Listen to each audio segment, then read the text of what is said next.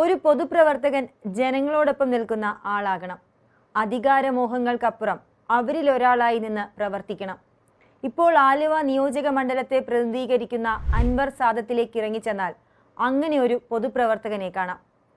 കോൺഗ്രസിലെ രാഷ്ട്രീയ ആശയങ്ങളോട് സമരസപ്പെട്ടുകൊണ്ട് മനുഷ്യത്വപൂർണമായ ജനകീയ ഇടപെടലുകളിലൂടെ മുന്നോട്ടു പോകുന്ന ഒരു വ്യക്തിത്വമാണ് അൻവർ സാദത്ത് MLA. 2011 മുതൽ ആലുവ നിയോജക മണ്ഡലത്തെ പ്രതിനിധീകരിക്കുന്ന നിയമസഭാ സാമാജികനാണ് അദ്ദേഹം.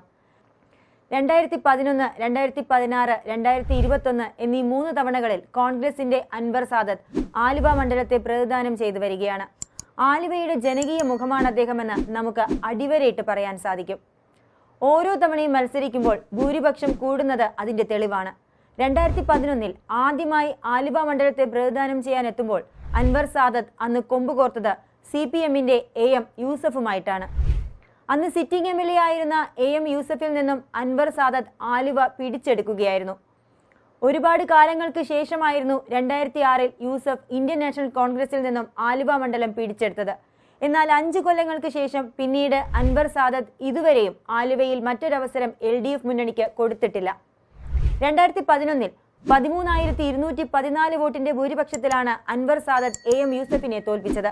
ഇത് 2016 ഭൂരിപക്ഷം 18,835 ഉയർന്നു. ആലുവയിലെ ഓരോ പ്രവർത്തനത്തിലും ജനങ്ങൾക്കൊപ്പം കൂടിയതിന്റെ ഫലമായിട്ടായിരുന്നു അത്. CPMന്റെ അഡ്വക്കേറ്റ് V സലീമായിരുന്നു 2016 അൻവറിന്റെ എതിരാളി. 2021 വന്നാൽ LDFന് വേണ്ടി സ്വതന്ത്രയായി മത്സരിച്ച ഷെൽന നിഷാദിനെയാണ് അൻവർ തോൽപ്പിച്ചത്. ഭൂരിപക്ഷം 18,886 ആയിരുന്നു. അടുത്ത വർഷത്തെ നിയമസഭാ തെരഞ്ഞെടുപ്പിൽ വീണ്ടും ആലുവയെ പ്രതിനിധീകരിക്കാൻ അൻവർ സാദത്ത് തയ്യാറെടുക്കുന്നത് കൊണ്ട് തന്നെ ജനകീയനായ ആ നേതാവ് വരുന്ന കാലയളവിലും ആലുവയുടെ ശബ്ദമായി നിയമസഭയിൽ ഉണ്ടാകും എന്നുറപ്പാണ്.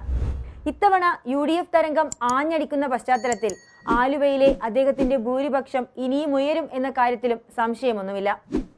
നിസ്വാർത്ഥതയുടെ നന്മയുടെ മുഖമാണ് അൻവർ സാദത്തിൻ്റെത്. ആവശ്യങ്ങൾ അറിഞ്ഞ് ജനങ്ങൾക്കിടയിൽ പ്രവർത്തിക്കുക എന്നത് ഒരു ജനനേതാവിന്റെ ഗുണമായാണ് കണക്കാക്കേണ്ടത്.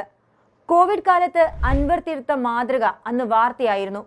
കോവിഡ് ബാധിച്ച് മരിച്ച 2 പേരുടെ സംസ്കാര ചടങ്ങുകൾക്ക് PPE കിറ്റ് ധരിച്ച് വന്ന് അദ്ദേഹം നേതൃത്വം നൽകിയതായിരുന്നു വാർത്തയായത്.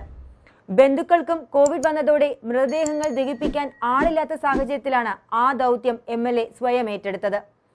കഴിഞ്ഞ കുറച്ച് ദിവസങ്ങൾക്ക് മുൻപ് തേവലക്കര ബോയ്സ് ഹൈസ്കൂളിൽ വെച്ച് ഷോക്കേറ്റ് മരിച്ച 8ാം ക്ലാസ് വിദ്യാർത്ഥി മിഥുന്റെ മരണവിവരം അറിഞ്ഞ് അമ്മ സുജ എയർപോർട്ടിലെത്തുമ്പോഴും അൻവർ സാദത്ത് MLA അവിടെ അവരെ കാണാനെത്തിയിരുന്നു.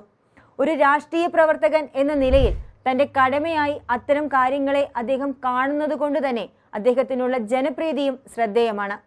ഭരണത്തിലുള്ള LDF സർക്കാരിനെ വീഴ്ത്തി UDFന്റെ പുതുയുഗം ആരംഭിക്കാനുള്ള ഒരുക്കത്തിൽ ആണെന്നിരിക്കെ അൻവർ സാദത്തിനെ പോലെയുള്ള ജനകീയ സ്വരങ്ങൾ ഒരു മുതൽക്കൂട്ടാണ്. ജനപ്രതിനിധിയായാൽ ജനക്ഷേമം ജീവിതചര്യ ആകണം എന്ന നിലയിലുള്ള പ്രവർത്തനങ്ങൾ അദ്ദേഹത്തെ പോലെയുള്ള സാമാജികരെ സംബന്ധിച്ച് സാധാരണമാണ്. അടുത്ത വർഷവും ആലുവയിലെ ജനങ്ങൾ തങ്ങളുടെ ജനപ്രതിനിധിയായി അൻവർ സാദത്തിനെ തിരഞ്ഞെടുക്കുന്നത് അതുകൊണ്ടാണ്. കഴിഞ്ഞ 15ഓളം കൊല്ലം ആലുവയിലെ ഓരോ വികസനത്തിലും കയ്യൊപ്പുള്ള ജനനേതാവിനെ ആലുവയിലെ ജനങ്ങൾ നെഞ്ചോട് ചേർത്താലും അതിശയിക്കാൻ ഒന്നുമില്ല. കൂടുതൽ വാർത്തകൾക്കും വിശേഷങ്ങൾക്കും ഞങ്ങളുടെ channel like, share and subscribe ചെയ്യുക. കൂടാതെ സബ്സ്ക്രൈബ് ബട്ടണിലെ ബെൽ ഐക്കൺ ഇനേബിൾ ചെയ്യാനും മറക്കരുത്.